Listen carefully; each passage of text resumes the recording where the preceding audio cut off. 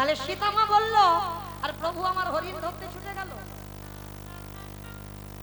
রামচন্দ্র জানতো ওটা মরিচি, ওটা রাক্ষস, তবু গেল। কেন গেল? তার একটা কারণ আছে। কারণটা কি জানো?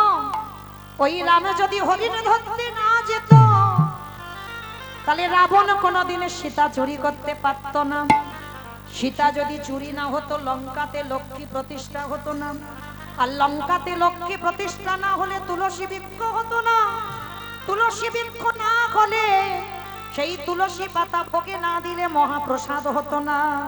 প্রসাদ না হলে সেই প্রসাদে সেবা করলে কৃষ্ণ ভক্তির উদয় হতো। আরে কৃষ্ণ ভক্তির উদয় যখনই হতো, ওই রাবণ রাজার 1,00,000 ছেলে, 1,15,00,000 নাতি, তার গোটা বংশ উদ্ধারে পেয়ে যেত। নিতাই গৌর প্রেমানন্দে। হরি বল, হরি বল। আমার বুঝেছো না বোঝনি? আচ্ছা একটু ভেঙে বলি, পরিষ্কার করে। রাম হরিণ ধরতে গেল, রাবণ সীতা চুরি করলো। সীতা যতদিন না লঙ্কাতে গেছে, ততদিন বাবা ওখানে তুলসী বৃক্ষ মানে লক্ষ্মী নেই তো। দেখবেন মা, বাস্তবে বলে দিই, যে বাড়িতে তুলসী গাছ হয় আর মরে যায়, কিছুতেই বাঁচাতে পারবে না, তুলসী গাছ হয় না। মনে রাখবে, লক্ষ্মী নাই বলে তুলসী বৃক্ষ মরে যায়। আর যে বাড়িতে চারিদিকে বাবা তুলসীর বৃন্দাবন হয়ে থাকে, জানবেন চারিদিকে লক্ষ্মী ভরপুর, যার জন্য ওই বাড়িতে এত তুলসী গাছ। তা লঙ্কার মাটিতে যতদিন না সীতা যায়নি বাবা, তুলসী গাছ হতো না, হতো আর মরে যেত। যেদিন গেল সীতামা, তুলসী গাছ হলো। তুলসীর পাতা যখন প্রসাদে দিল, মহাপ্রসাদ হলো। সেই প্রসাদ লঙ্কার ভক্তরা প্রসাদে পেত। তাহলে কি হলো? কৃষ্ণ ভক্তির উদয় হলো। আর কৃষ্ণ ভক্তির যখনই উদয় হলো, রাবণ রাজার গোটা বংশ উদ্ধারে পেয়ে গেল। নিতাই গৌর প্রেমানন্দে। তাহলে বাবা, আজকের ভগবানের বউ চুরি হবে, ওটা ভগবান খুব জানে। যদি বলো কিরকম, যা গোটার এখন বলা যাবে না, অনেক সময় লাগবে, অন্য কোনো দিন বলবো। যে কেন বলতে হবে, এখনই বলবো। আর ওই পারে যেতে যে লীলাতে দেরি হবে।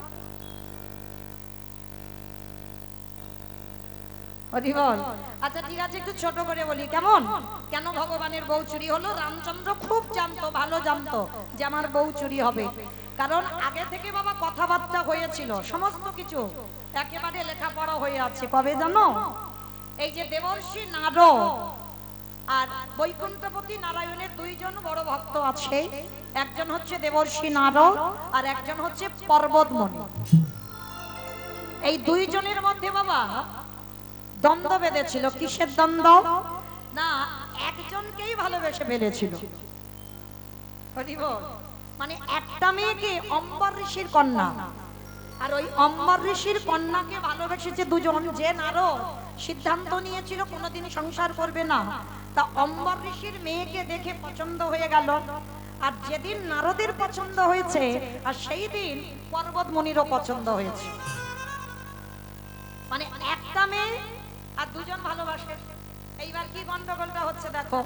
এইবার যখন দুজনে ভালোবেসে ফেলেছে, আর দুইজনে হচ্ছে নারায়ণের ভক্ত, তা যে নারদ সংসার করবে না, সেই নারদ গিয়ে একেবারে অম্বর ঋষির কাছে প্রস্তাবটা দিয়েছে, বাবাজি, ও বাবাজি, কৃপা করে আপনার মেয়েটাকে দর্শন করলাম, পছন্দ হলো, যদি আমার হাতে আপনার কন্যাটাকে সম্প্রদান করেন। তা অম্বর ঋষির মনে আনন্দ, ভালো কথা, নারদের মতো একটা জামাতা পাবো, এ তো যাতা ব্যাপার নয়। তা মনে আনন্দ, তা আনন্দ করে বলছে, ঠিক আছে বাবা, আমি আমার কন্যার কাছ থেকে প্রস্তাবটা দিই কন্যাকে, সে কি বলে একবার দেখি। আর নারদ মুনি যেই না বার হয়ে চলে গেছে, আধা ঘন্টা পরে পর্বতমণি এসে অম্বর ঋষির কাছে দাঁড়িয়েছে। বাবাজি, ও বাবাজি, মানে দুইজনের সিদ্ধান্ত নিয়েছিল কোনোদিন সংসার করবে না, আর একটা মেয়েকে দেখে পছন্দ হয়েছে দুইজনে। পর্বতমণি এসে যেই না বলেছে, বাবাজি, যদি কৃপা করে আপনার ওই কন্যাকে আমার হাতে সম্প্রদান করেন। অম্বর ঋষি মাথায় হাত দিয়ে দুম করে বসে পড়েছে। সর্বনাশ, দুইজন নারায়ণের বড় ভক্ত, আর দুইজনই এসেছে, কিন্তু এখন আমি বাবা হয়ে কি করব? দুজনকে কথা দিতে পারি না, কিন্তু মেয়ের উপরে তো দায়িত্ব চাপাতে হবে। মেয়ে কি করবে, তাকে পছন্দ করবে। আর তখনকার দিনে বাবা রাজরাজাদের স্বয়ংবর সভা। কি গো মাইরা, ভালো করে কথাটা শুনবেন, কেন সীতা চুরি হলো। এইবার স্বয়ংবর সভা হবে, আর নারদকেও নিমন্ত্রণ করা হবে, পর্বতকেও নিমন্ত্রণ করা হবে, আরো সাধু ঋষি মুনিদের নিমন্ত্রণ করা হবে। যাকে পছন্দ হবে তার গলায় আমার কন্যা মাল্যদান করবে। আমি তো কিছু করতে পারবো না, আমার মেয়ে যে সিদ্ধান্তটা নেবে। স্বয়ংবর সভা মানে এটাই। আপনারা দেখেছেন টিভি সিরিয়ালে কেমন ভাবে স্বামীরা বসে থাকে, আর যে মালা গলায় পরাবে তাকে স্বামীত্ব বরণ করবে। তার স্বয়ংবর সভা হবে, ঘোষণা হয়েছে। আর পর্বত আর নারদ দুইজনে চিন্তায় পড়ে গেছে, এবার কি হবে। পর্বত মনে মনে ভাবছে, যদি স্বয়ংবর সভায় নারদের গলায় মালা দেয় আমার অসম্মান হবে। আর নারদ মনে মনে ভাবছে, পর্বতের গলায় যদি মালা দেয় আমার অসম্মান হবে। এই বলে দুইজন প্রথমে গেছে নারদ বৈকুণ্ঠপতি নারায়ণের কাছে। প্রভু, প্রভু, কি ব্যাপার নারদ? প্রভু, বড় দায়ে পড়ে তোমার চরণে এসেছি। সে কি নারদ? অমাইরা, তার চিত্রপটে সব আগে থেকে দেখা হয়ে গেছে। এই যেমন আমরা ফোনে দেখতে পাই, টিভি সিরিয়াল দেখি না, ভগবান সব ত্রিনয়নে দেখে নিয়েছে কি কি হয়েছে। তার নারদ এসে বলছে, প্রভু তুমি আমায় ভালোবাসো? বলে, হ্যাঁ, তোমাকে আমি নারদ জীবন দিয়ে ভালোবাসি, বলো তোমার জন্য কি করতে হবে। বলে, প্রভু কিছু করতে হবে না, আমি একজনকে ভালোবাসি, স্বয়ংবর সভা হবে কালকে, তুমি একটা কাজ করো। আমি যাকে ভালোবাসি তোমার ওই যে ভক্ত পর্বত তাকে ভালোবাসি, তাই একটা কাজ করবে। কি কাজ? বলে, ওর মুখটা একটু ভল্লুকের মতো করে দিও। যখন স্বয়ংবর সবাই বসবে কেউ দেখতে পাবে না, কিন্তু অম্বার ঋষির মেয়ে যখন মালা দিতে আসবে সে যেন দেখতে পায় একটা ভল্লুক বসে আছে। ভগবান মনে মনে ভাবছে, বেশ তাহলে ঠিক আছে নারদ, আমি কথা যখন দিয়ে ফেলেছি ও পর্বতের মুখটা ভল্লুকের মতো করে দেব। নারদের মনে বড় আনন্দ, আনন্দে গদগদ হয়ে বেরিয়ে গেছে। আধা ঘন্টা পরে পর্বত এসেছে। নারায়ণ নারায়ণ নারায়ণ। প্রভু, ও প্রভু, কি ব্যাপার পর্বত? প্রভু একটা দায়ে পড়েছি। কি দায়? ভগবান সব জানে, তার চিত্রপটে সব। বলছে, কি ব্যাপার বলো। প্রভু তুমি আমায় ভালোবাসো তো? বলিস, সে কি পর্বত, তোমার জন্য আমি জীবন দিয়ে দিতে পারি, আর ভালোবাসার কথা বলছো? বলো। প্রভু একটা বিপদে পড়ে গেছে, ভেবেছিলাম জীবনে সংসার করব না, কিন্তু একটা মেয়েকে দেখে খুব পছন্দ হলো জানো ঠাকুর। তো সেই মেয়েটাকে তোমার ওই যে ভক্ত নারদ পছন্দ করেছে। একটা কাজ করো না, কালকে স্বয়ংবর সভা হবে, ওই স্বয়ংবর সভায় নারদ যখন বসবে ওর মুখটা হনুমানের মতো করে দিও। ভগবান শোনা মাত্র আশীর্বাদ দেবে কি চমকে। এবারটা কালকে এসে চেয়ে নিল ও যেন ভল্লুক হয়ে যায়, আর এ আজকে চেয়ে নিল ও যেন হনুমান হয়ে যায়। মানে যখন স্বয়ংবর সবাই বলবে কেউ দেখতে পাবে না, সবাই দেখবে ও নারদ, কিন্তু যে গলায় মালাটা দেবে অম্বর ঋষির মেয়ে যেন দেখতে পায় যে একজন হনুমান বসে আছে। ভক্ত বাৎসল্য ভগবান বলছে, তথাস্তু তাই হবে, যাও। এইবার দুইজন ভক্ত চলে গেছে। পরের দিন মা স্বয়ংবর সভা হবে, রাজ রাজারা সাধু মুনি ঋষি সব বসে আছে পরপর। অম্বর ঋষির কন্যা মালাটা নিয়েছে, আর মালাটা নিয়ে ঘুরছে বাবা। একবার একেবারে সামনে সিংহাসনে বসে আছে, একদিকে নারদ আর একদিকে পর্বত। আর অম্বর ঋষির মেয়ে দেখছে, সবাই দেখছে নারদ আর পর্বত, আর অম্বর ঋষির মেয়ে দেখছে ভগবানের লীলাতে একটা হনুমান বসে আছে আর একটা ভল্লুক বসে আছে, আর মাঝখানে আমার ভগবান। হরি বল। অম্বর ঋষির মেয়ে সারা মানে যারা যারা বসে আছে সবার কাছে কাছে থেকে ঘুরে এসেছে, তো একবার হনুমানকে দেখে একবার ভল্লুককে দেখে, বুঝতে পারছে না, মনে মনে ভাবছে, হাই ভগবান, আমার স্বয়ংবর সভায় আবার মানুষ না এসে ভল্লুক, আবার এই হনুমান। এ তো খুব হাসছে। পর্বত আর নারদ রেগে যাচ্ছে, আরে মালা গ্রাহকের গলায় তো পড়াবি, এত হাসে কেন? আর মায়েরা পর্বত দেখতে পাচ্ছে হনুমানকে, আর হনুমান দেখছে পর্বতকে। এরা তো নিজেরা দেখতে পাচ্ছে না, নিজেদেরকে দেখতে পাচ্ছে না। এইবার ওই অম্বারিশের মেয়ে কি করেছে, একবার ভল্লুক আর একবার ওই হনুমান দেখতে দেখতে মাঝখানে যে বসেছিল কে গো? ভগবান নারায়ণ। আর নারায়ণ বসে আছে মালাটা নিয়ে একেবারে ভগবানের গলায় পরিয়ে। আর যেই না ভগবানের গলায় পরিয়ে দিল, সঙ্গে সঙ্গে পর্বত আর নারদ মুনি রেগে গিয়ে বলল, প্রভু আমরা দুজনে যাকে ভালোবাসি, তুমি যদি ভালোবাসো তাহলে তো বলে দিতে পারতে সেদিন যে আমরা দুজন যাকে পছন্দ করেছি তুমিও তাকে ভালোবাসো। এইরকম অসম্মান করার কি প্রয়োজন ছিল? তুমি তো বললেই পারতে যে তুমি তাকে ভালোবাসো, তুমি তাকে বিয়ে করতে চাও। আর এই সবার মাঝে আজকে কিনা তোমার গলায় মালাটা পরালো। তবে শোনো ভগবান, যেমন আমাদের সঙ্গে তুমি ছলনা করলে, তোমার ছেড়ে দেব না।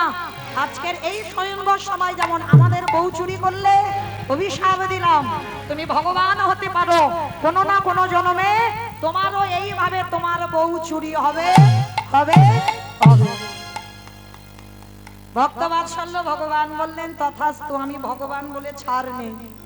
সত্যি তো আমি চালাকি করেছি, কারণ আমি দুজনকে ভালোবাসতে গিয়ে আমার এই দশা। আমি নিজে গলায় মালাটা পরে নিয়েছি, কারোর গলায় দিলাম না, দোষও আমার নয়। এইবার দুইজনে বিষণ্ণ বদনে গঙ্গার পারে গেছে পর্বত আর নারদ। আর বাবা জল স্থির হয়ে আছে, এতক্ষণ তো নিজের মুখ দেখতে পাইনি।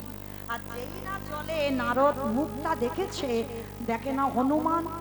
আর পর্বত যেই না জলে দেখেছে, দেখে না আমি ভল্লুক। যেই না দুইজনে দেখেছে, এইবার নিজেদের চেতনা ফিরে এসেছে।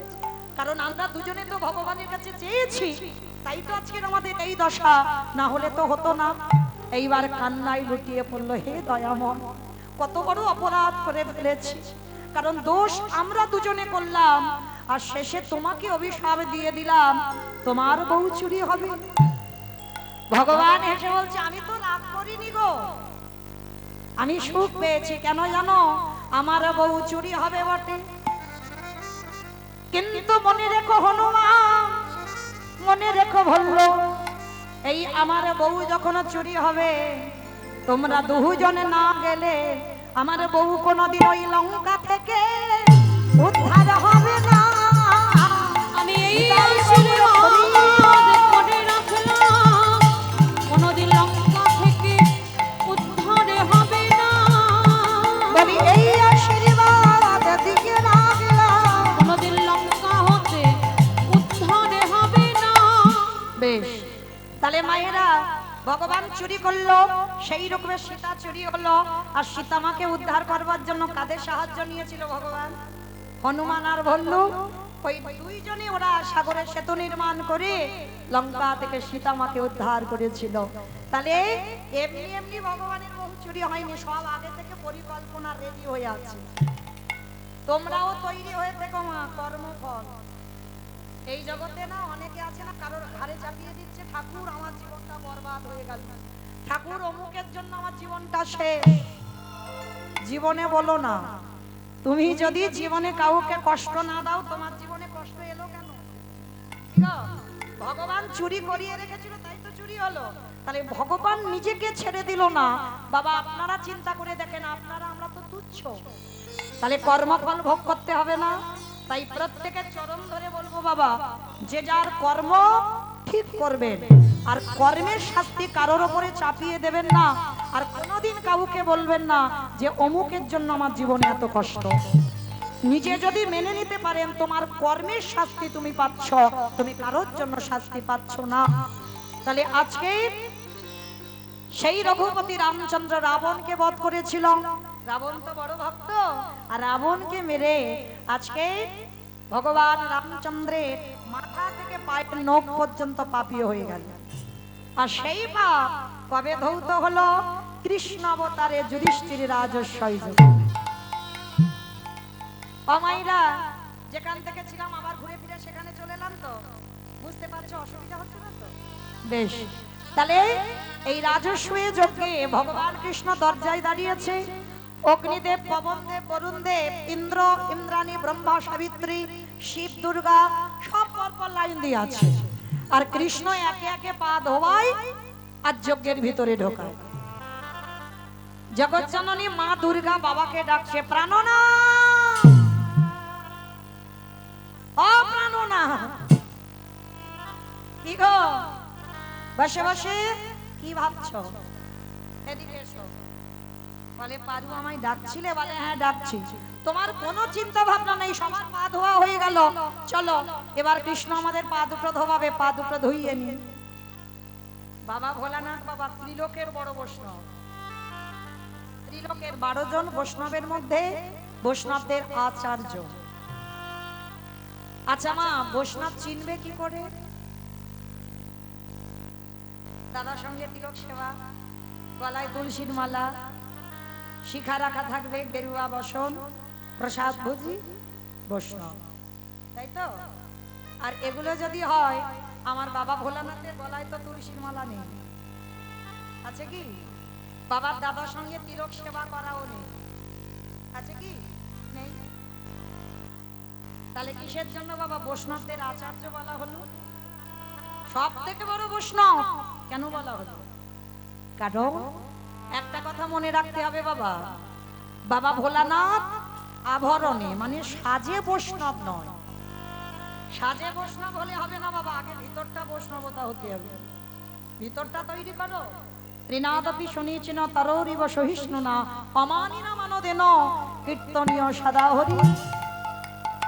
আগে ভিতর বৈষ্ণব করো। ঘাসের থেকে নরম হও। ঘাসকে মারিয়ে চলে গেলে যেমন মাথা তোলে না, তুমি কারোর সঙ্গে কথা বলবে তুমি মাথা উঁচু করে কথা বলবে না। বৈষ্ণবদের প্রধান নিয়ম হচ্ছে এটা বাবা, মাথা নিচু করে কথা বলবো। গাছের মতো সহিষ্ণুতা অর্জন করো।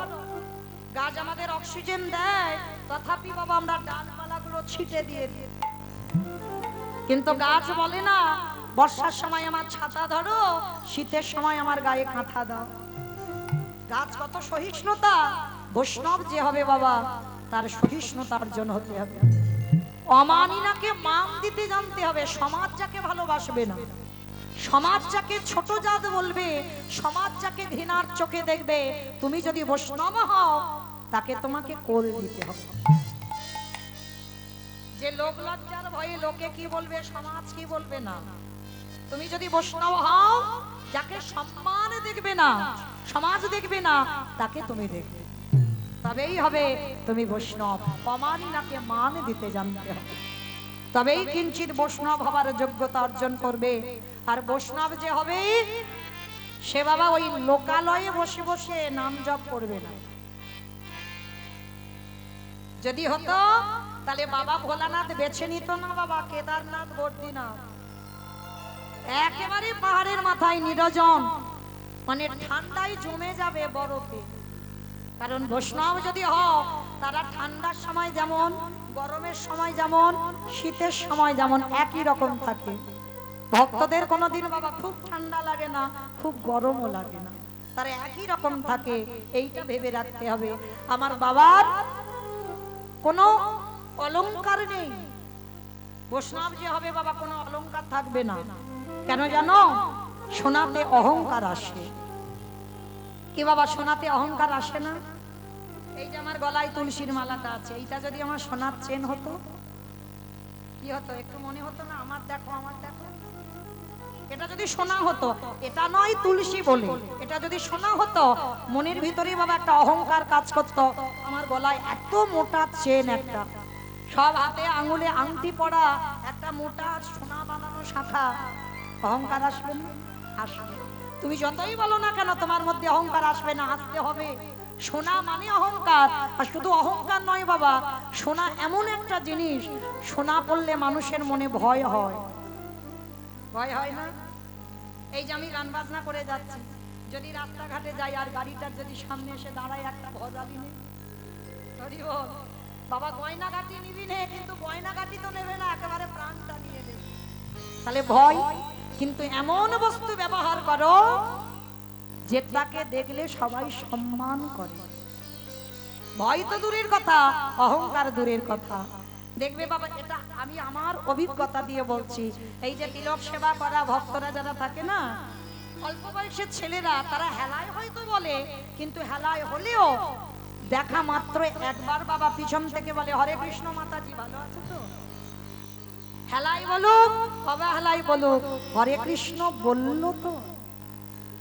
অজামিল যদি ছেলের নাম নারায়ণ বলে, যদি বাবা তার পাপের গড়া সব খালি হয়ে যায়, আর কেউ যদি তিলক সেবা করা ব্যক্তি দেখে হরে কৃষ্ণ বলে, তাতেও কি তার পাপের ঘরা খালি হবে না? হবে।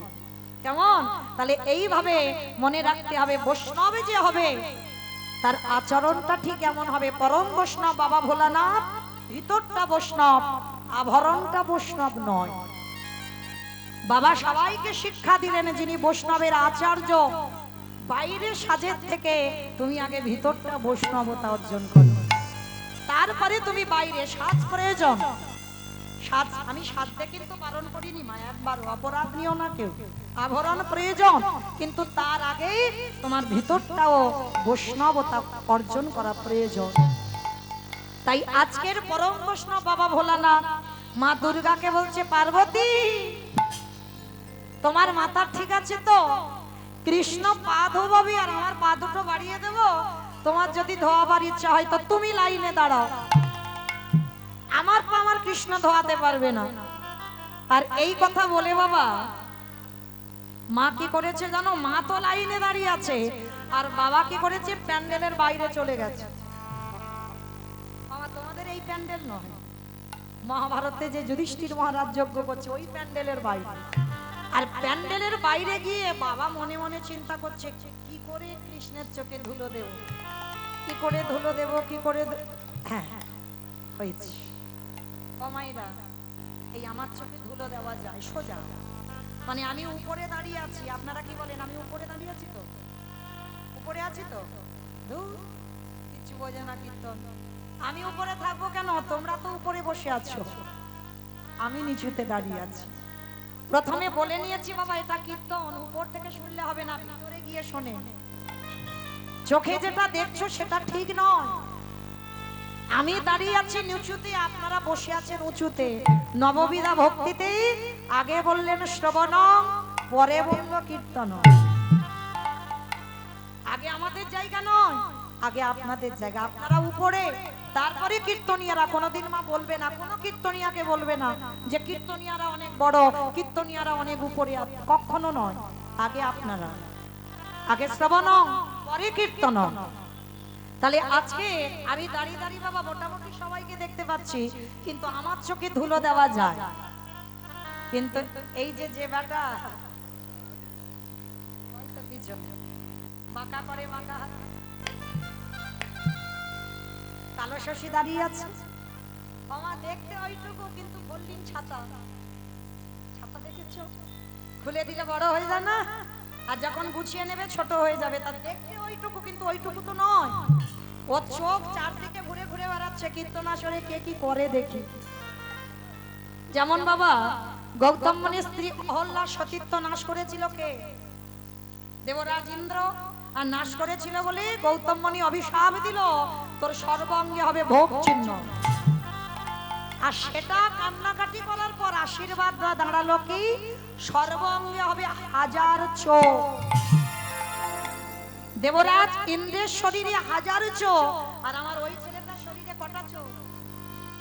ডবলের ডবল নয়, চারদিকে চোখ ঘুরে ঘুরে বেড়াচ্ছে। কে কি করে দেখে, কে কীর্তন শুনছে, কে কেঁদে যাচ্ছে, কে গল্প করে যাচ্ছে, কে হেসে যাচ্ছে, আর কে বসে বসে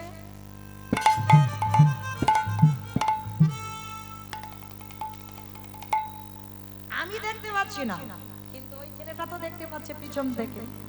তা ভগবান কি করেছে? মাথা নিচু করে পা ধোয়াচ্ছে, আর বাবা মনে মনে ভাবছে আমার কৃষ্ণের চোখে ধুলো দিতে হবে।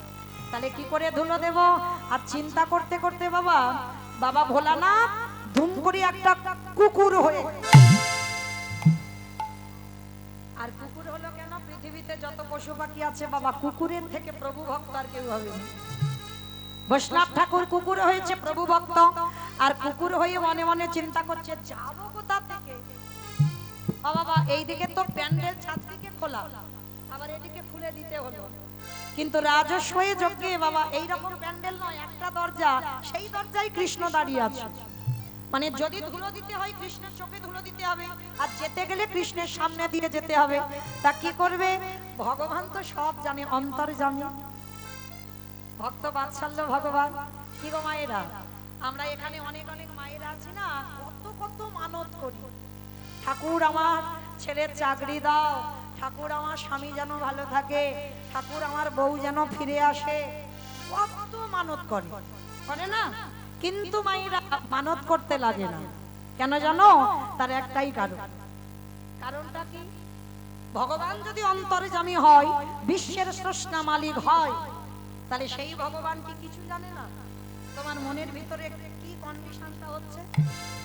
ঠিক জানে না ভগবান? ভগবান তখন হাসে, বলে এরা আবার খরচ করে আমার কাছে বলতে এলো, আমি সব জানি ওদের মনের ব্যথা বেদনা, তবু আমার কাছে বলতে এসেছে। ঠিক আছে বলে যাচ্ছিস, যা সময় মত।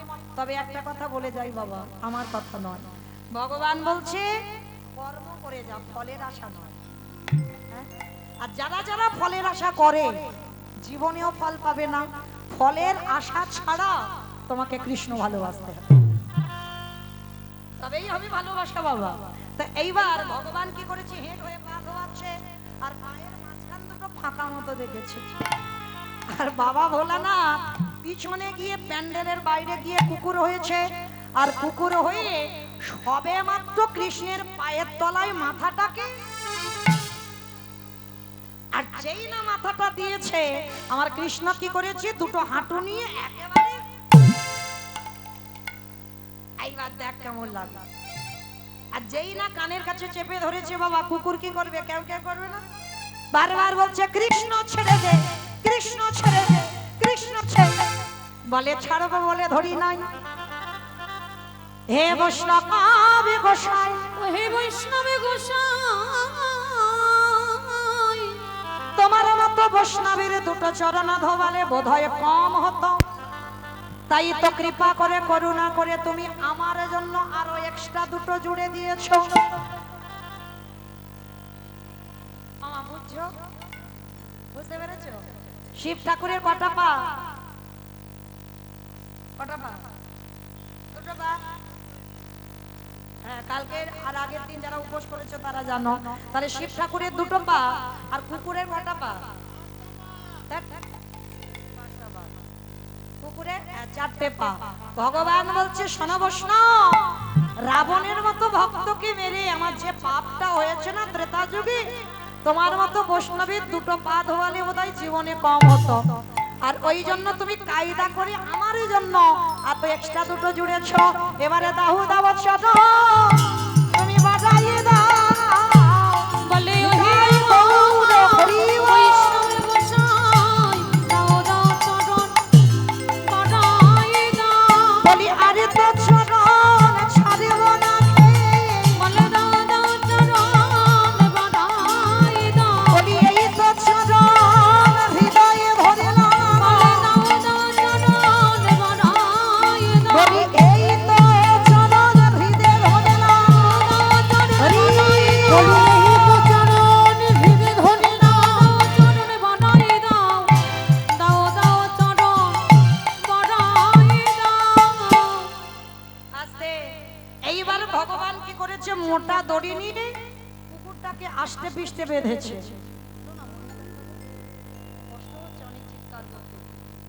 যেই না আষ্টে পিষ্টে বেঁধেছে, আর বাদতেই বাবা বাবা ভোলানাথ আস্তে,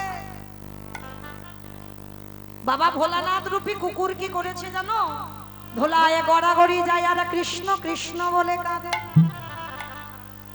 কারণ চারটে পা তো বেঁধে দিয়েছে, আর কিছু করতে পারবে না। কৃষ্ণ করে তোর চরণে আমি জানাই রাগলাম, তুই কৃপা করি আমায় ক্ষমা করে দে।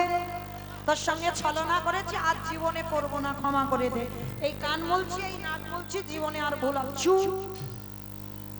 যারে ধরি তারে ছাড়ি না, যারে ছাড়িয়ে জীবনে ধরি না। কথার মানেটা বুঝেছো? যারে ধরে তারে ছাড়ে না, যারে ছাড়ে এ জীবনে ধরে না। ত্রেতা যুগে যখন সীতামাকে উদ্ধার করবার জন্য হনুমানের দল একটা করে পাথর ফেলছিল বাবা, পাথর জলে ভাসছিল। আর রামচন্দ্র যখন পাথর ফেললো পাথর ডুবে গেল।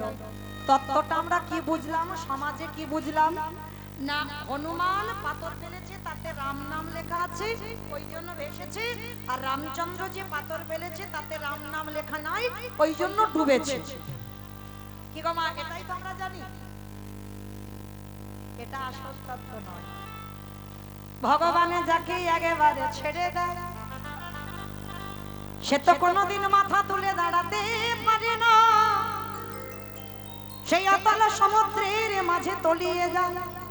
এই সংসার সাগরের মাঝে যারা যারা আমার গোবিন্দ চরণে আঁকড়ে ধরে কৃষ্ণ ভজন করছো, সংসারী আছো, তাদের পার আছে। আরে যে জন কৃষ্ণ চরণে ছেড়ে দিয়ে শুধু সংসারে হাবুডুবু খাচ্ছ, ভগবান বলে তাদের আমি হাত দিয়ে ছেড়ে দিই। আর একবারও যদি তাদের ছেড়ে দিই তারাই অতল সমুদ্রে তলিয়ে যায়। ওই কৃষ্ণ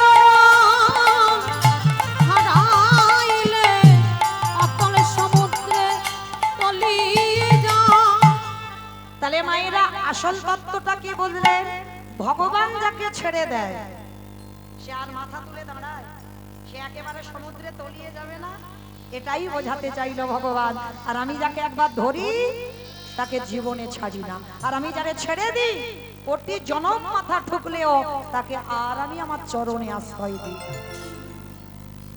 এইবার ভগবানের কাছে ভোলানাথ রূপী কুকুর বলছে, কৃষ্ণ ক্ষমা করে দে, আমি বড্ড ভুল করে ফেলেছি, আর এ জীবনে কোনোদিন ভুলছু দেখে যাও শুধু কি করি। সবার পা ধোয়াচ্ছে বাবা কৃষ্ণ রাজস্বই যজ্ঞে ঘটিতে করে জল দিয়ে, বাহ্যিক জগতের জল। আর কুকুরের বেলা কি করেছে জানো?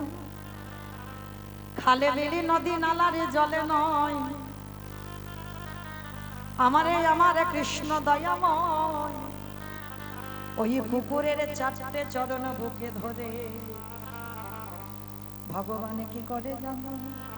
বাহ্যিক জগতের জল নয়, তাহলে কোন জল দিল গো? আহা, এইটুকু শ্রবণ করে কি মনে হলো মা? এই যে কাল বা আগের দিন আমরা যে শিব চতুর্দশী করলাম, যারা যারা গোস্বামী মতে স্বার্থ মতে করলাম, দুদিন হলো। আচ্ছা, যারা যারা শিব ঠাকুরের ব্রত করেছেন, তাহলে আমরা অনেকে তো কৃষ্ণ ভক্ত আছি, তাহলে আমার ভগবানও তো কারোর ব্রত করে, কারোর মাথায় জল দেয়, কারোর পূজা করে। সে ভগবান সেবা করে কাকে? পরম বৈষ্ণব বাবা ভোলানাথ। আর সেই ভোলানাথকে কেউ যদি তুষ্ট করতে পারে, ওমাইরা ভালো স্বামীর জন্য নয়, ভালো বউয়ের জন্য নয়, শুধু কৃষ্ণ প্রেম ভক্তি লাভের জন্য শিব চতুর্দশী ব্রত করা, আর অন্য কোনো কারণ নয়। ওই সবাই বলে না ভালো বর পাবার জন্য শিব ঠাকুরের ব্রত করে, জীবনে বলো না, সবটা ভুল কথা। শুধুমাত্র কৃষ্ণ প্রেম ভক্তি লাভের জন্য শিব ঠাকুর তিনি পরম বৈষ্ণব, তিনি আশুতোষ, অল্পেতে সন্তুষ্ট। তাকে যদি কেউ তুষ্ট করতে পারে তার কৃষ্ণ প্রেম ভক্তি লাভ হয়। আর আমার ভগবান সেই বৈষ্ণবদের চরণ নিয়ে কি করছে দেখো। তাই সবার চরণ ধরে আমার একটা বিনীত নিবেদন বাবা, সব জায়গায় অপরাধ করো, অসুবিধা নাই, কিন্তু এক জায়গায় ভুল করে কোনোদিন অপরাধ করে ফেলো না। এটা আমার কথা নয়, আমার মহাপ্রভু শিক্ষা দিয়েছেন। বৈষ্ণবী দাঁড়িতে যদি হয় ক্ষুদ্র অপরাধ, মহা মহা ভজনেতে পড়ে যায় বা বৈষ্ণব দেখে যাবা নানমাই মন্দ, নানগায়ে মুন্ড, তার মন্দ পড়ে যায় নরকের কুণ্ড, নরকের কুণ্ড। বৈষ্ণবী অপরাধে করে যাবা গঙ্গা স্নানে যায়, স্নানে যা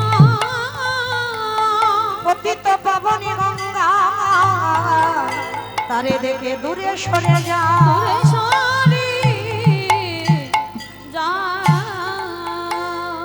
তাহলে মা জীবনে ভুল করে লোকের প্ররোচনায় পড়েও যেন বৈষ্ণব দাঁড়িয়েতে অপরাধ না হয়। যেটা নবদ্বীপের মাটিতে বাবা চপল গোপাল করে ফেলেছিল। চপল শক্তি আরাধনা করতো তো, নিজের ইচ্ছাতে করেনি। ওই বাচস্পতি তর্কলঙ্কা এসে বলল, আর সেই কথা শুনে শ্রীবাসের দরজায় ছাগলের মাথা মদের হাঁড়ি দিয়ে বৈষ্ণব অপরাধী হইল। আর তার বিনিময়ে হলো কি, গলিত কুষ্ঠ ব্যাধি নিস্তারিণী ঘর থেকে মরা বলে কালুয়া ডোমকে ডেকে বের করে দিল। কি গো মায়েরা, তাহলে জীবনে ভুল করে কোনোদিন এই রকম বৈষ্ণব চরণে অপরাধ করে ফেল না, কোনোদিন নয়। আজকে সেই ভগবান বৈষ্ণবকে কোন জায়গায় রাখছে দেখো। আজ খালে বিলি নদী নালারে জলে নয়, কৃষ্ণই আমার চোখের জলে। এ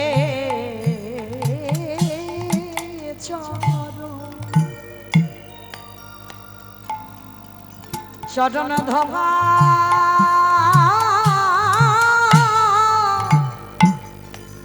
ধোবা গিয়েছে, হে বৈষ্ণবে কৃপা নিতাই গৌর প্রেমানন্দে হরি বল হরি বল।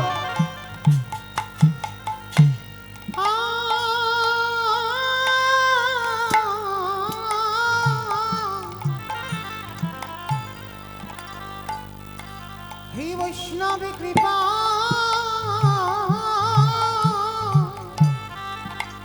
কৃপা করো বলে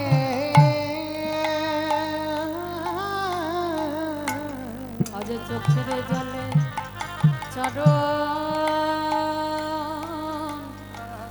চরণে ধোবা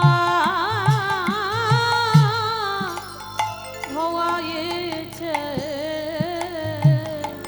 হরে কৃষ্ণ রে, এই জায়গাটা শুনবেন, এইটুকু বলার জন্য এতটা জায়গায় যাওয়া।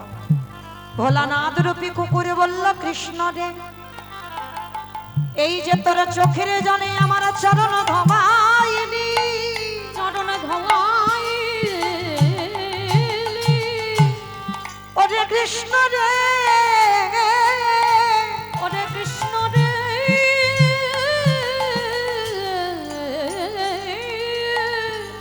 ওরে আগত কলি যুগে আমি কোনদিন আর শিব হব না। কি গো, এইটুকু বলার জন্য তো রামায়ণ মহাভারতে যাওয়া। সত্যতে শিব, ত্রেতাতে শিব, দ্বাপরে শিব, কলিতে শিব নন, তিনি হয়েছেন অদ্বৈত আচার্য গোসাই। আর কেন, এই তার প্রমাণ। ওই রাজস্বয়ে যজ্ঞ বলল, কৃষ্ণ রে, আগত কলিযুগে আমি আর শিব হব না, আমি হব অদ্বৈত আচার্য গোসাই। তুই আমার কৃষ্ণ হবি না, তুই হবি নদী আর নিমাই চা। আমি 12 বৎসরে তুলসী ভাষায় তোকে আহ্বান করব, তোর থেকে 52 বছরের বড় হব। যেদিনে তুই বৈকুণ্ঠ থেকে এই ধরায় নামবি, শান্তিপুর থেকে তোর সঙ্গে দেখা করতে যাব। এই রাজস্বই যজ্ঞে যেমন তোর চোখের জলে কুকুরের চরণ ধোয়ালি, এই কুকুর তোর কাছে ঋণী হয়ে গেল। যেদিনে নবদ্বীপে তোর আর আমার মুখোমুখি সাক্ষাৎ হবে, এই যে ঋণ আমি করে রাখলাম, সেই দিনে চোখের জলে ঋণ শোধ করিব। ওরে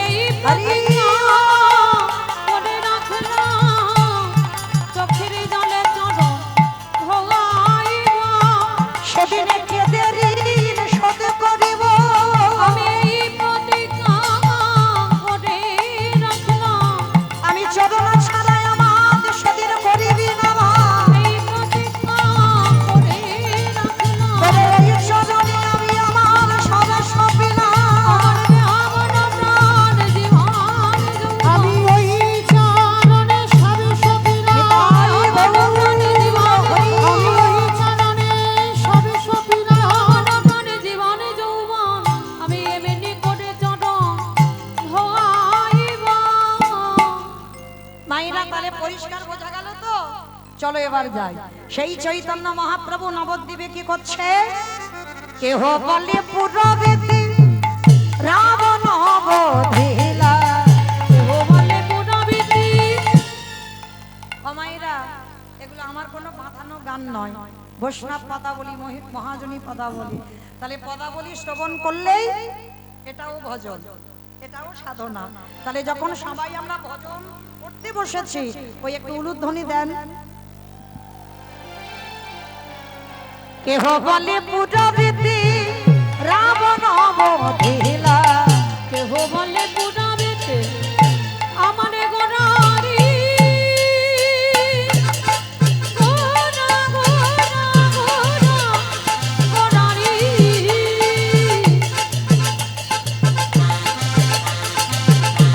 গোনা গোনা গোনা গোনারি গোনা গোনারি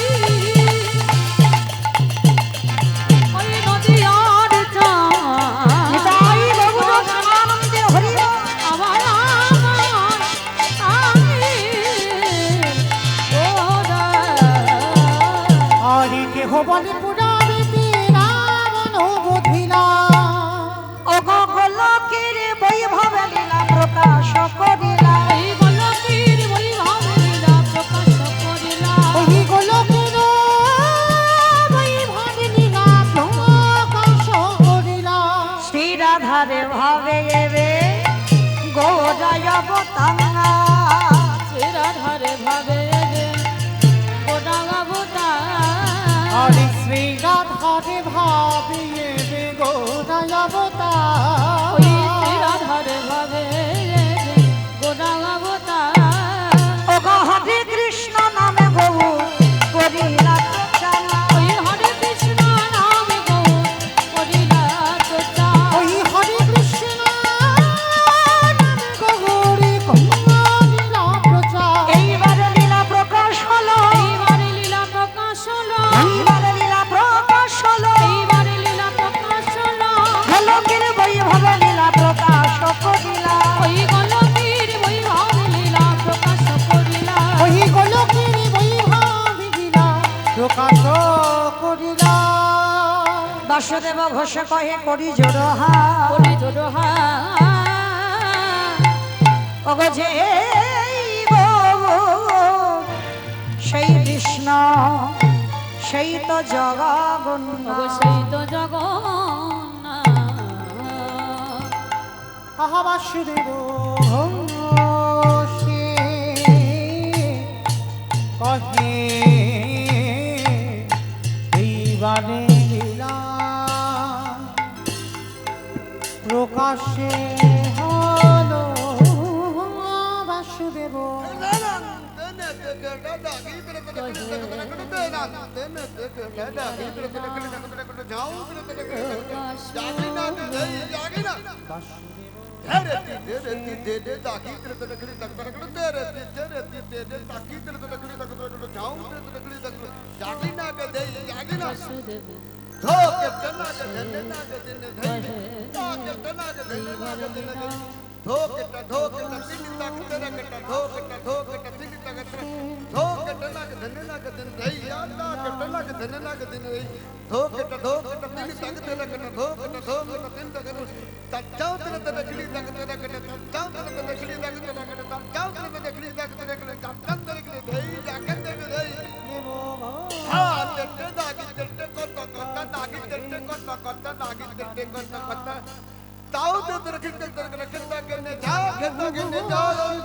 বসে কহে এইবার লীলা প্রকাশ হলো বাসুদেব ঘোষে কহে এইবার লীলা প্রকাশ হলো। বাসুদেব ঘোষে কহে এইবার লীলা প্রকাশ হলো বাসুদেব ঘোষে কহে এইবার লীলা প্রকাশ লরে ওগো বাসুদেব ঘোষে কহে জানি তাই চলুন এবার সবাই আমরা যাব মধুমাশ্রী ধাম, বৃন্দাবন ধাম। এতক্ষণ যখন নবদ্বীপে ছিলাম, সবাই দেখে একবার প্রেম সে বলেন তো গৌর সুন্দর কি নবদ্বীপে ধাম কি সচির নন্দন কি বিষ্ণু প্রিয়া কি ধ্বনিটা হলো কি মা, এটাও জয় বললাম, ধ্বনিটা হলো কি এটা নাকি জয়? আমার এটা জয় নয়, একটু প্রেম সে জয় দিতে হবে। এত জোরে জয় দাও কি গো মাইরা ক্যানিং হসপিটাল পেরিয়ে যাবে। যাবে কেন একেবারে চলে যাবে নবদ্বীপ সুরধনী গঙ্গা, তাই না? বিশ্বাস আর ভক্তিটা রাখতে হবে। এজন্যে জয়টা দিলাম নাই বা গেল, হয়তো মাঝ রাস্তা পর্যন্ত গেল, পরের জন্মে তার কাছাকাছি গেল, তারপরের জন্মে তার চরণে তো যাবে। এই বিশ্বাসটা রাখতে হবে। কেমন? এ জন্মে না হোক, এর পরের জন্মে না হোক, তারপরের জন্মে না হোক, সাধিতে সাধিতে যদি কৃষ্ণ কৃপা করে, এ জন্মে না হয় জন্ম জন্মান্তর। কই দেখি একবার আমার নিতাই চাঁদ গৌর চাঁদের মতো হাত দুটো তোলো তো দেখি একবার সবাই। হ্যালো, একসঙ্গে সবাই। ওই হাত উঠছে না কেন? সবাই তোলো, সবাই। আত্মনিবেদন আর ভগবানের চরণে দেহ মন প্রাণ সমর্পণ করতে গেলে সবার আগে আত্মনিবেদন করতে হবে। কেমন? মহাভারতে দ্রৌপদী যতক্ষণ না দুটো হাত তুলে একেবারে ফুল সিলিন্ডার, ততক্ষণ কৃপা হয়নি। তাহলে একেবারে সবাই একসঙ্গে দুটো বাহু। ও বাবা ঠাকুর ধসে যাচ্ছে কেন? সব তোলো দেখি একসঙ্গে বলো, গৌর সুন্দরী কি, নবদ্বীপে ধাম কি, শচীর নন্দন কি, বিষ্ণুপ্রিয়া কি, নিতাই চাঁদ কি, ভক্তবৃন্দ কি, হরিবাসন ধাম কি, সাধু গুরু বৈষ্ণব কি, আপন আপন গুরু চরণ কি, নিতাই গৌর প্রেমানন্দে। চলো এবার আমরা একটা ভজন গাইতে গাইতে যাই একটু বৃন্দাবন। কিমা একটা ভজন হবে তো? চলো, মানে অনেকক্ষণ শাস্ত্র নিয়ে আলোচনা হলো তো, এবার চলো যদি একটু কারোর অলসতা থাকে একটু অলসতা ছেড়ে যাক, একটু উলুধ্বনি তোলো।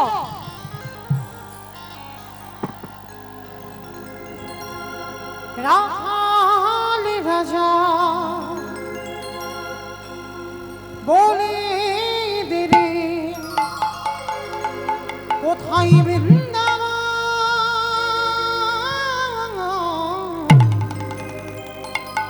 রাধা কুণ্ড শ্যামে কুণ্ড গিরি গোবরে রাখালে রাজা বলে দেরি কোথায় বৃন্দাবন, শ্যামে কুণ্ড রাধা কুণ্ড গিরি গোবর্ধন। রাখালি রাজা বলে দিলি কোথায় বৃন্দাবন, শ্যামে কুণ্ড রাধা কুণ্ড গিরি গোবরে রাখালে রাজা বলে দেরি কোথায় বৃন্দাবন, শ্যামে কুণ্ড রাধা কুণ্ড গিরি গোবর্ধন। ভাগ্যবতী শ্রী যমুনায় উজানে বয়ে যায়, কেশি ঘাঙর বংশীবর আছে সেই মোরায়। ভাগ্যবতী কি যমুনা উজানে বয়ে যায়, কেশি ঘাট বংশী আসে শ্যামরা। অমাইরা আমি আর আমার সম্প্রদায় যাবো, আর কেউ যাবো না? কেউ যাবো না? সবাই যাবো তো? যারা যারা যাবো কই দেখি আর একবার এই কান মুলে বলছি, মা কালী দিব্যি আর বলবো না। সবাই দেখি হাত দুটো আর একবার তোলো দেখি, সবাই একসঙ্গে তালে তালে করো তালি। কেমন? ভাগ্যবতী শ্রী যমুনায় উজানে বয়ে যায়, কেশি ঘাট বংশীবর আছে সেই মোরায়। ভাগ্যবতী কি যমুনা উজানে বয়ে যায়, কেশি ঘাট বংশী আসে শ্যামরায়। বাঁশরি বাজাই রে কালা, বাঁশরি বাজাই, বাঁশি শুনে রাধা রানী অভিসারে যায়। ও বাঁশরি বাজায় রে কালা, বাঁশরি বাজায়, বাঁশি শুনে রাধা রানী অভিসারে যায়। আরে বাঁশরি বাজাই রে কালা, বাঁশরি বাজাই, বাঁশি শুনে রাধা রানী অভিসারে যায়। রাধে রাধে রাধে রাধে রাধে রাধে রাধে রাধে ও রাধে রাধে। রাধে রাধে। আমা বলছো সব মনে মনে বলছো, একটু জোরে জোরে বলতে হবে। কই দেখি তোলো আমার সঙ্গে দুটো হাত, একসঙ্গে রাধা রানীর নাম জোরে জোরে বলবে। কেমন? রাধে রাধে রাধে রাধে রাধে রাধে রাধে রাধে আওয়াজ হচ্ছে, তাল হচ্ছে না, সব চড়বড় চড়বড় করে মুড়ি ভাজার মতো হচ্ছে তো।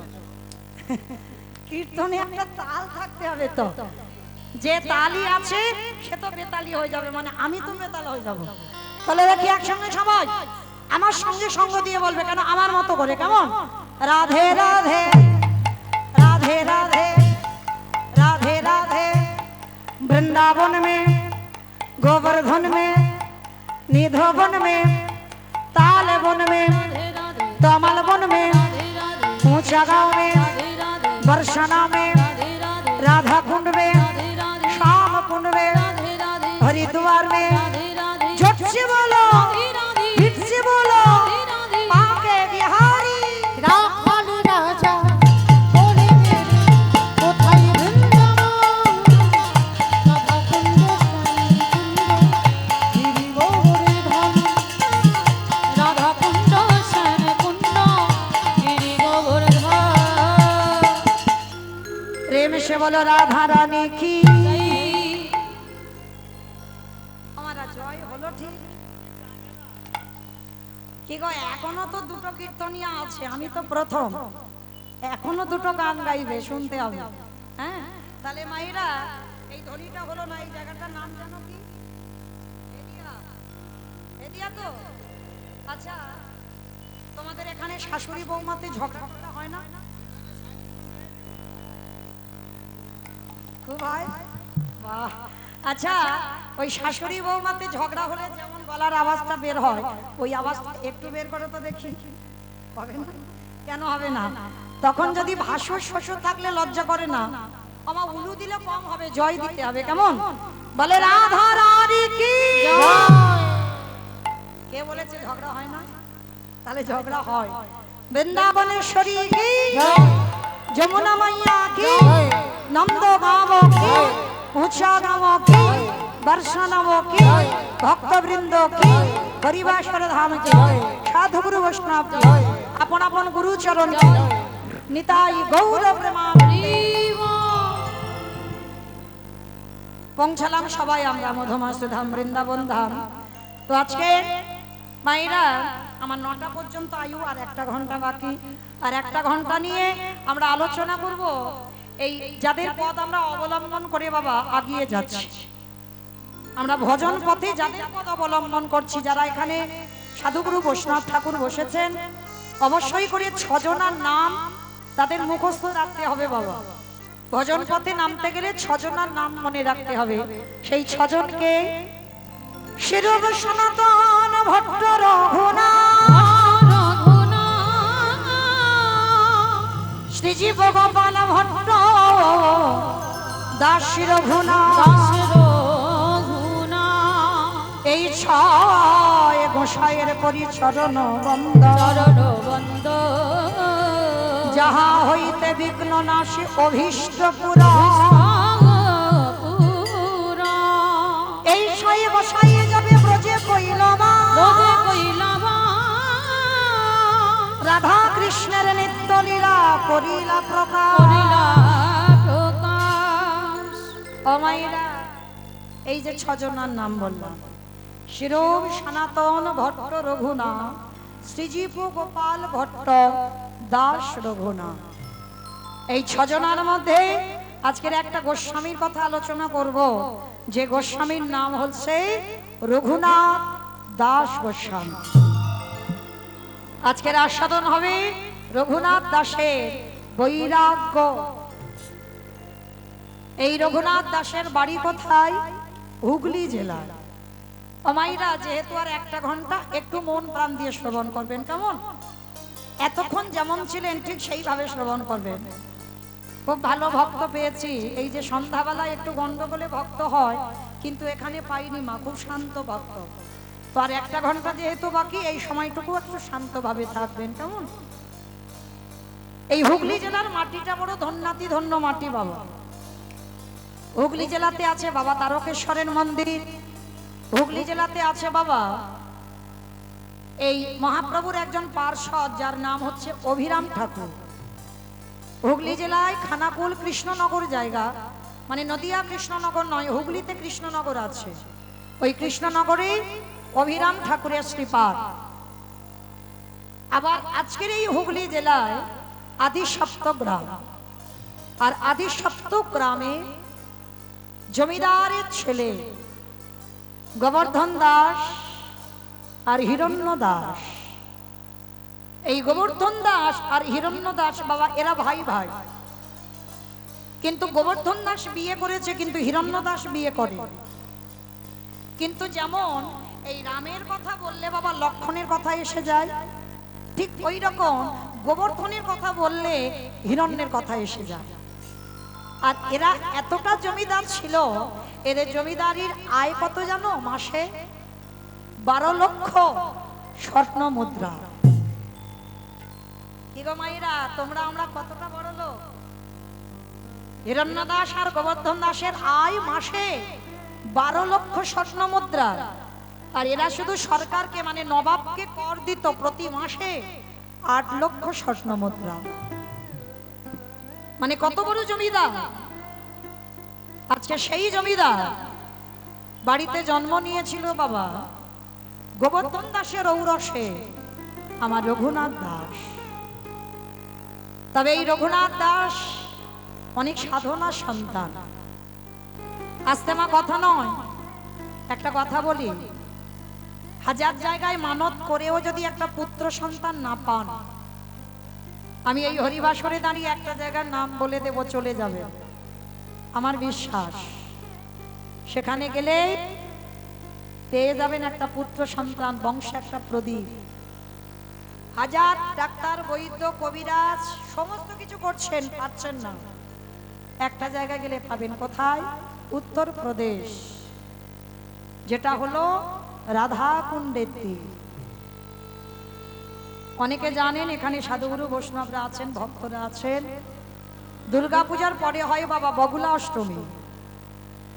এই বগুলা অষ্টমী রাধা কুণ্ডের আবির্ভাব তিথি। চলে যাবেন রাধা কুণ্ডের তীরে, আর এই তিথিতে স্নান যোগ থাকে মা। পঞ্জিকাতে লেখা থাকবে, দেখবেন খুব রাত্রিবেলা করে হয়, মানে 12টা, 12:30, 11টা, 11:30 এইরকম টাইম। হ্যাঁ, এই স্নান যোগে যাবে, মানে লাখ লাখ ভক্তরা যায় রাধা কুণ্ডের আবির্ভাব তিথিতে। আর সেখানে গিয়ে ওই রাধা কুণ্ডে স্নান করে রাধা রানীর কাছে আঁচল পেতে একটু ভিক্ষা চাইবে। কারণ আমার রাধা রানী বড় করুণাময়ী, তো বড় প্রেমময়ী, কৃপাময়ী। স্নান করে সকাপড়ে রাধা রানীর কাছে একবার ভিক্ষার আঁচলটা পেতে বলবেন, রাধে তুমি যদি করুণাময়ী, কৃপাময়ী, প্রেমময়ী হও, আমার বংশে তোমার সেবার জন্য আমার বংশে একটা পুত্র সন্তান পাঠিও।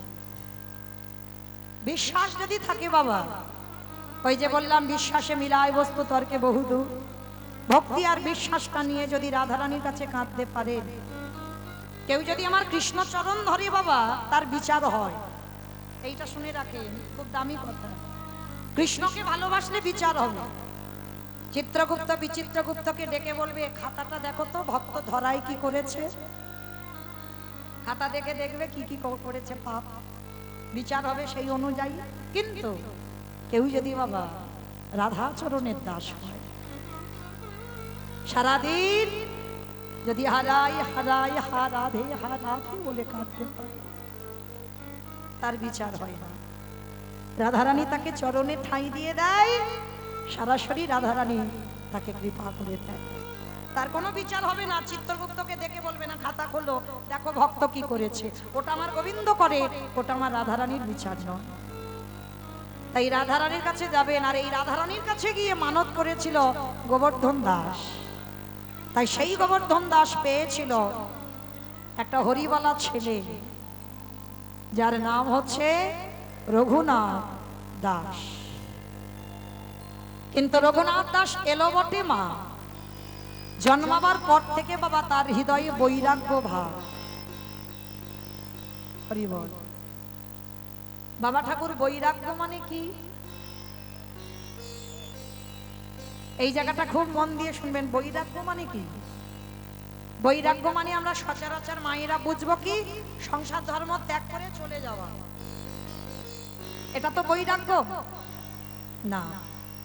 মহাপ্রভু জীবনে কোনোদিন বাবা এই বৈরাগ্যর কথা বলেনি যে তোমরা সাধু সন্ন্যাসী হয়ে বাবা মাকে গ্রামে ফেলে রেখে পুত্র পরিবারকে ফেলে রেখে তুমি একেবারে মঠ মন্দিরে গিয়ে বসবাস করো। এইটা মহাপ্রভু বলেনি। মহাপ্রভু বলেছে বৈরাগ্য কি? বৈরাগ্য বিষয়সু অনাসক্তি, বিষয়ের প্রতি আসক্তি যার নেই, বিষয়ের প্রতি আসক্তি থাকবে না। বাবা কোন বিষয়? বিষয় মানে আমরা তো একটাই বুঝবো বাবা, জায়গা জমি গাড়ি বাড়ি টাকা পয়সা, এটা কি বিষয় বলছে? মহাপ্রভু এই বিষয়ের কথা বলেনি বাবা। মহাপ্রভু বলেছেন আমাদের ইন্দ্রিয়ের বিষয়। ভক্তিপথে নামতে গেলে বাবা তোমার এই ইন্দ্রিয়ের বিষয়গুলোকে গুটিয়ে নিতে হবে, একটু একটু করে গুটিয়ে নিতে হবে বাবা। 10 ইন্দ্রিয়, 5টা জ্ঞানেন্দ্রিয়, 5টা কর্মেন্দ্রিয়, 10টা ইন্দ্রিয় একটা একটা করে গুটাতে হবে। যেমন তোমার জিহ্বার লালসা যেদিন চলে যাবে, অনেকে আছে না একটু ভালো ভালো খাবো, একটু ভালো খাবার হলে যেন ভালো হয়, একটা লালসা থাকে না, আজকের এই রান্না হলে ভালো হয়, কাল ওই রান্না হলে ভালো হয়। তোমার জিহ্বার বৈরাগ্য যদি এসে যায় বাবা, এই কলির মানুষ অন্নগত প্রাণ, কোন রকম একটু আলু সিদ্ধ অন্ন হলেই হবে, মানে অন্ন দিতে হবে, তাই মানে কোনো জিহ্বার স্বাদ থাকবে না বাবা। সেদিন বুঝবে তোমার জিহ্বার বৈরাগ্য হয়ে গেছে। যেদিন তোমার কর্ণ দুটো কোনো আজে বাজে কথা শুনতে ভালো লাগবে না, সব সময় আমার রাধা গোবিন্দের কথা কান শুনতে চাইবে, সেদিন জানবে তোমার কানের বৈরাগ্য হয়ে গেল। যেদিন তোমার দুটো চোখ ভগবান ছাড়া আর কিছু দেখতে ভালো লাগবে না এই জড় জগতে, সেদিন জানবে তোমার চোখের বৈরাগ্য হয়ে গেল। যেদিন তোমার মন সব চিন্তা থেকে দূর, শুধু একজনের চিন্তা হবে, আমি কি তারে পাবো না, সেদিন জানবে মনের বৈরাগ্য হয়ে গেল। যেদিন তোমার অঙ্গ স্পর্শ থেকে চলে যাবে, অনেকে আছে না যে আমাকে পুরুষ স্পর্শ করলো কি নারী স্পর্শ করলো বুঝতে পেরে যায়, অনুভূতি, এই অনুভূতিটা থাকবে না, চলে যাবে শরীর থেকে। সেদিন জানবে তোমার এই দেহের বৈরাগ্য হয়ে গেল। রঘুনাথ ছোটবেলা থেকে বাবা, ওর জন্ম থেকে বৈরাগ্য ভাব, দিনে দিনে বড় হচ্ছে। রাস্তা দিয়ে যদি কোনোদিন সাধুগুরু বৈষ্ণব যায়, রঘুনাথ বড় লোকের ছেলে তো চলে যায় তাদের সঙ্গে, আবার প্রহরীরা গিয়ে রঘুনাথকে ধরে আনে। বাবা জ্যাঠা বিরক্ত হয়ে যাচ্ছে রঘুনাথকে নিয়ে, যে ছেলেটাকে নিয়ে আমরা পাগল হয়ে যাচ্ছি, কিছুতেই ঘরে মন টেকে না, রাস্তায় যদি কোনো সাধুগুরু বৈষ্ণব দেখে তাদের সঙ্গে পালিয়ে যায়। বাবা জ্যাঠা সিদ্ধান্ত নিল একটা কাজ করা হোক ভাই, ওকে গুরু পাঠে পাঠানো হোক। আর ওদের গুরুদেব ছিল বলদেব আচার্য। তখন রঘুনাথের বয়স হলো 5 বছর। 5 বছরের রঘুনাথকে কোলে করে নিয়ে বলদেব আচার্যের কাছে গেছে। গুরুদেব, গুরুদেব। কে? আমি গোবর্ধন, আমার দাদা হিরণ্য। বেশ, এসো এসো। গুরুদেব, আমাদের রঘুনাথকে তোমার চরণে ঠাঁই দাও।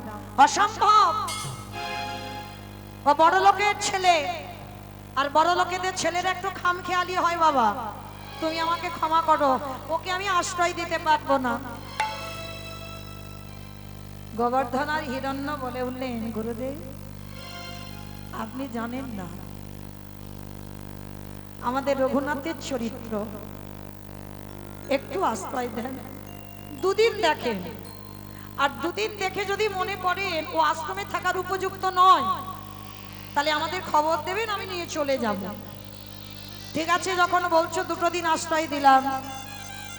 আর অন্যান্য পড়ুয়ারা আছে, আর রঘুনাথকে ভর্তি করে দিয়ে বাবা জ্যাঠা চলে গেল। আর তখনকার দিনের পড়াশোনা মানে বাবা ভাগবত। গুরুদেব আশ্রমে ভাগবত নিয়ে বসেছে, ছোট্ট ছোট্ট পড়ুয়ারা বসেছে সবাই। আর রঘুনাথ সবে নতুন গেছে তো, রঘুনাথ সবার সামনে বসেছে। 5 বছরের একটা ছেলে, ভালো করে ভেবে দেখবেন বাবা। আমাদের তো যাওয়ার সময় হয়ে গেল গো। দন্ত পড়ে গেল, কেশ পেকে গেল, ছমড়া আলগা হয়ে গেল। এখন আমাদের আমৃত্যু গেল না। রঘুনাথ ওই 5 বছরের ছেলে ভাগবত পড়ছে গুরুদেব, আর সামনে বসে বসে নয়ন জলে বুক ভেসে যাচ্ছে। গুরুদেব পাঠ করতে করতে দেখছে যে রঘুনাথ কাঁদছে। পিছন থেকে অন্যান্য পড়ুয়ারা সবাই চলে গেছে। গুরুদেব ভাগবতটা রেখে রঘুনাথের কাছে গেছে। ও রঘুনাথ, রঘুনাথ এসো দেখি, আমার কাছে এসো তো দেখি। এই জায়গাটা শিক্ষা আছে বাবা, দেখবে অনেক অনেক ব্যক্তিরা আছে না, ছোট্ট ছোট্ট বাচ্চাদেরকে দেখে বাবা তুই বলে সম্বোধন করে। এখানেই গুরুদেব বলদেব আচার্য শিক্ষা দিলেন, ছোট হলেও বাবা তুই বলে সম্বোধন করতে নেই। কেন? ও ছোট, তুমি যেমন বলবে ও ছোটবেলা থেকে সেই শিক্ষাটা পেয়ে যাবে। একটা ছোট মানুষ হলেও বাবা তাকে তুমি বলে সম্বোধন করতে হয়। বলদেব আচার্য কোনোদিন কাউকে তুই বলে সম্বোধন করে না। তো আজকে রঘুনাথকে কোলে নিয়ে বলছে, বাবা রঘুনাথ তুমি কাঁদছো কেন বাবা? বাবা জ্যাঠার জন্য মন খারাপ হচ্ছে না? তবে তোমার এখানে কোনো বন্ধু নেই তাই মন খারাপ হচ্ছে না? তাহলে কাঁদছো কেন বাবা? তুমি কি ভাগবত কিছু বুঝতে পারছো না গুরুদেব? তাহলে তুমি কাঁদছো কেন গুরুদেব? আমি কি তারে পাবো না? যেই না বলেছে আমি কি তারে পাবো না, গুরুদেব চমকে উঠেছে। রঘুনাথ তুই কার পাবার কথা বলছিস বাবা? গুরুদেব আমি কি কোনোদিন কৃষ্ণ চরণ পাবো না? গুরু তাই বাবুরা আনন্দে হরি বল।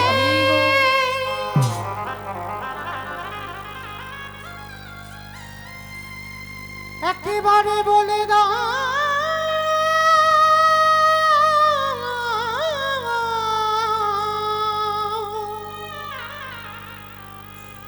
আমি কোথা গেলে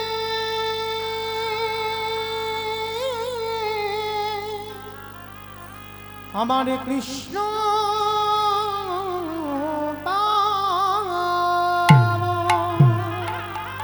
রঘুনাথকে বুকে জড়িয়ে ধরে বলল, রঘুনাথ ভাবি বাবা সত্যি যদি তোর এই পাঠশালায় গুরু হই, পাবি বাবা তুই কৃষ্ণ চরণ।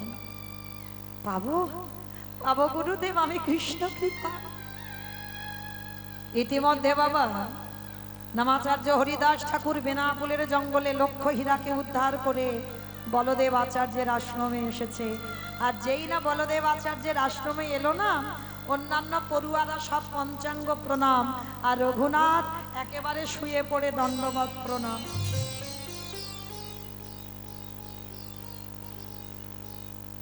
বাবা শাস্ত্র বিধান দিল রঘুনাথের থেকে কেউ দণ্ডবত প্রণাম বেশি করতে পারে না, আর নামাচার্য হরিদাস ঠাকুরের থেকে বেশি নাম জপ কেউ করতে পারে না। যেই না দণ্ডবত প্রণাম, সঙ্গে সঙ্গে হরিদাস ঠাকুর রঘুনাথের দুটো হাত ধরেছে। তখন তো ছোট, রঘুনাথের হাত দুটো ধরে বলে, যেই না নয়নের দিকে তাকিয়েছে।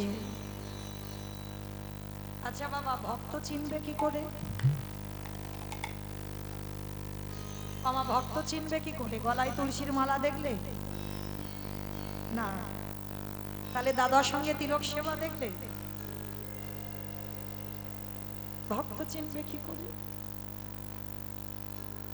ভক্তের নয়নের দিকে চাইবে। একবার কৃষ্ণ নামে যার হৃদয় কেঁপে ওঠে। মহাপ্রভু যখন কৃষ্ণ বলে কাঁদল না, শরীরে অষ্টসাত্ত্বিক বিকার, পাগলের মতো থরথর করে কাঁপত। একবার কৃষ্ণ নাম। হরিদাস ঠাকুর যেই না রঘুনাথের নয়নের দিকে চেয়েছে, তাকিয়ে বলেন এই তো সেই মাটি, যে মাটিতে বীজ পুঁতে দিলেই অঙ্কুরিত হয়ে যাবে। আর ছোটবেলা থেকে হরিদাস ঠাকুরকে অনুকরণ করতো বাবা রঘুনাথ। জমিদারের ছেলে কি পোশাক পরতো জানো? একটা বহির্বাস আর একটা অন্তর্বাস, আর কিছু করতো না। আর খেত কি জানো? 24 ঘন্টা একবার আহার। আর ঘুমাতো কিসে? খড়ের বিছানা। ভক্ত হওয়া অত সোজা নয় গো। ভগবানের নাম ভজন করা অত সোজা নয়। ভজনের পথে যেতে গেলে বাবা অধিক আহার, অধিক নিদ্রা নিষিদ্ধ। হরিদাস ঠাকুর বললেন, রঘুনাথ আশীর্বাদ করলাম বাবা, কৃষ্ণ কৃপা হবে তো। কিছুদিন আশ্রমে থাকার পরে রঘুনাথ ফিরল ঘরে, কিন্তু ঘরে ফেরার পর একেবারে বাবা কৃষ্ণ নামে উন্মাদ। মানে আর কারোর কথা ভাবে না বাবা, মানে কৃষ্ণ নামে পাগল। কখন ঘর থেকে বেরিয়ে যায় রাত্রিবেলা, আবার সবাই মিলে ধরে আনে। একদিন বাবা ওই জ্যাঠামশাই হিরণ্য দাস রেগে গিয়ে বলেন, রঘুনাথ তুমি কি মনে করেছো তুমি আমাদের বংশে একমাত্র পুত্র? তোমাকে পাঠশালায় ভর্তি করেছিলাম যাতে আমাদের সুযোগ্য সন্তান হও, কারণ আমাদের জমিদারি দেখভাল করবার জন্য অনেক প্রার্থনা করে তোমাকে পাওয়া। আর তুমি কিনা এই সাধু সঙ্গ করে যদি সাধুগুরু বৈষ্ণব দেখো তাদের সঙ্গে চলে যাচ্ছ। এই কে আছিস, কোথায় আছিস? রঘুনাথকে কারাগারে বন্দী করে দে। কেন বন্দী করলো? যাতে কৃষ্ণ ভোলানো যায়। কি বাবা ঠাকুর, একবার কৃষ্ণকে যে ভালোবাসে, হাজার চেষ্টা করেও কৃষ্ণকে ভোলানো যায়।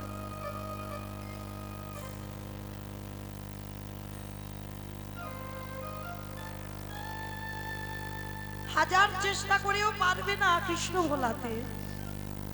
রঘুনাথ বলেন, জেঠু এতদিন পরই তুমি ঠিক কাজ করেছো। এই যে কারাগারে আমায় রাখবে না, আর কারাগারে গেলে আমি নিরজনে একটু নাম ভজন করতে পারবো। শুধু কারাগারে রাখলো না, যাতে রঘুনাথ কোথাও চলে না যায়, হাত দুটো বেঁধে দিয়েছে শিকল দিয়ে। ঠিক করেছো, এতদিন পরে জেঠু তুমি ঠিক করেছো। রঘুনাথকে খাবার দেয় বাবা, এক সপ্তাহ কিছু খায় না, সব খাবার রেখে দিয়েছে। হিরণ্য দাস যখন খবর পেল রঘুনাথ এক সপ্তাহ আহার ত্যাগ করেছে, ছুটে এসেছে, রঘুনাথ রঘুনাথ কি হয়েছে বাবা তোমার, কি হয়েছে? কেন এমন পাগলামি করছো? তুমি যদি না খাও তুমি তো মরে যাবে। বলো রঘুনাথ তুমি কি চাও? কথা দিলাম আমি তোমার জেঠু তোমাকে দেব। জেঠু তুমি দেবে? আমি তোমার কাছে যা চাইবো তুমি দেবে? দেব বাবা দেব, কিন্তু তুই আহার ত্যাগ করিস না। জেঠু ওরকম করে নয়, আমার মাথা ছুঁয়ে প্রতিজ্ঞা করো আমি যা চাইবো দেবে। করলাম প্রতিজ্ঞা, বল বাবা কি চাস? মনে রেখো যে একটু তুমি ত্রিসত্য করেছো, কিন্তু দিতে কিন্তু আমার হবে। ওই ছোট্ট ছেলেটা চাইলো কি জানো? ও জেঠু তাহলে দাও, কৃষ্ণ এনে দাও আমারে।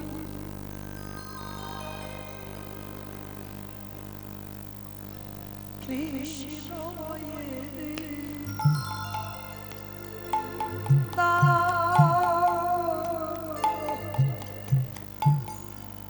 কৃষ্ণ এনে দাও আমারে। এটা দেবে জেঠু। কৃষ্ণ এনে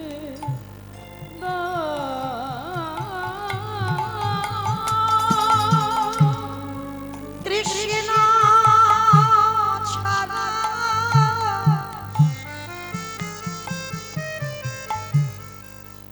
আমার প্রাণে বাঁচে না।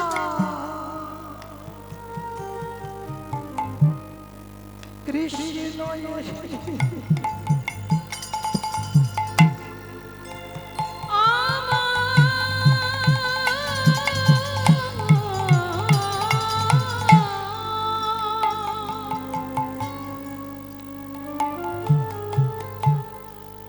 কৃষ্ণ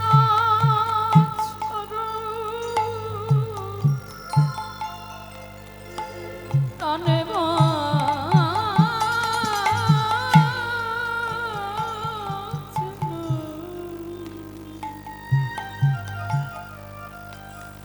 কৃষ্ণ এনে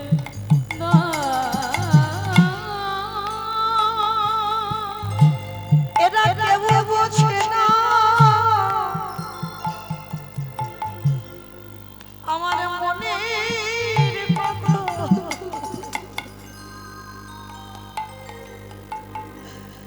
বলে বইয়া কাঁদি।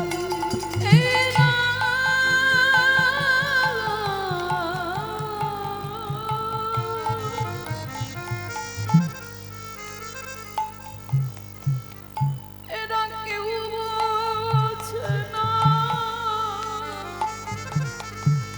এরা কেউ জানে না। মনে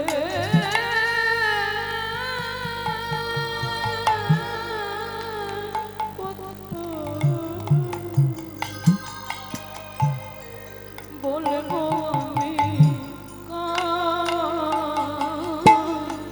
কৃষ্ণ এলে দাও আমারে। কৃষ্ণ এলে দাও এনে দাও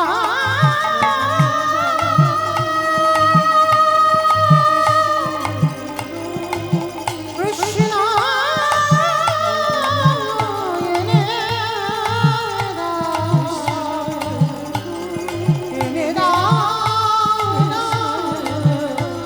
এনে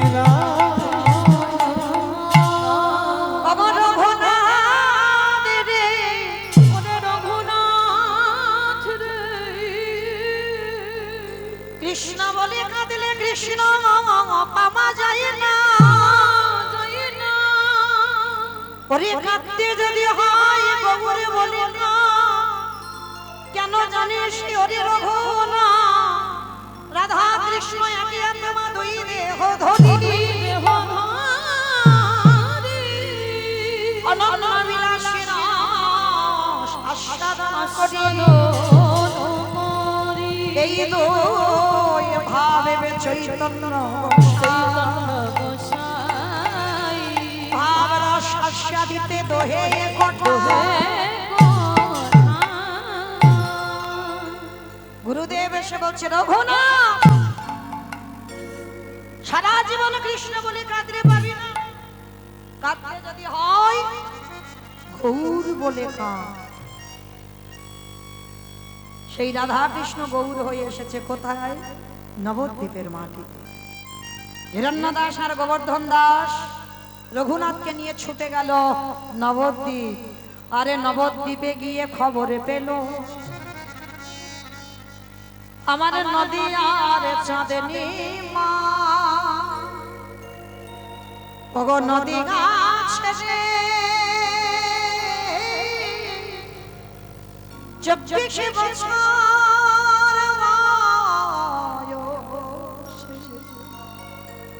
নদী আর চাঁদনি মা নদী আর গৌরী হে নিতাই গৌর হরি বল হরি বল হরি বল।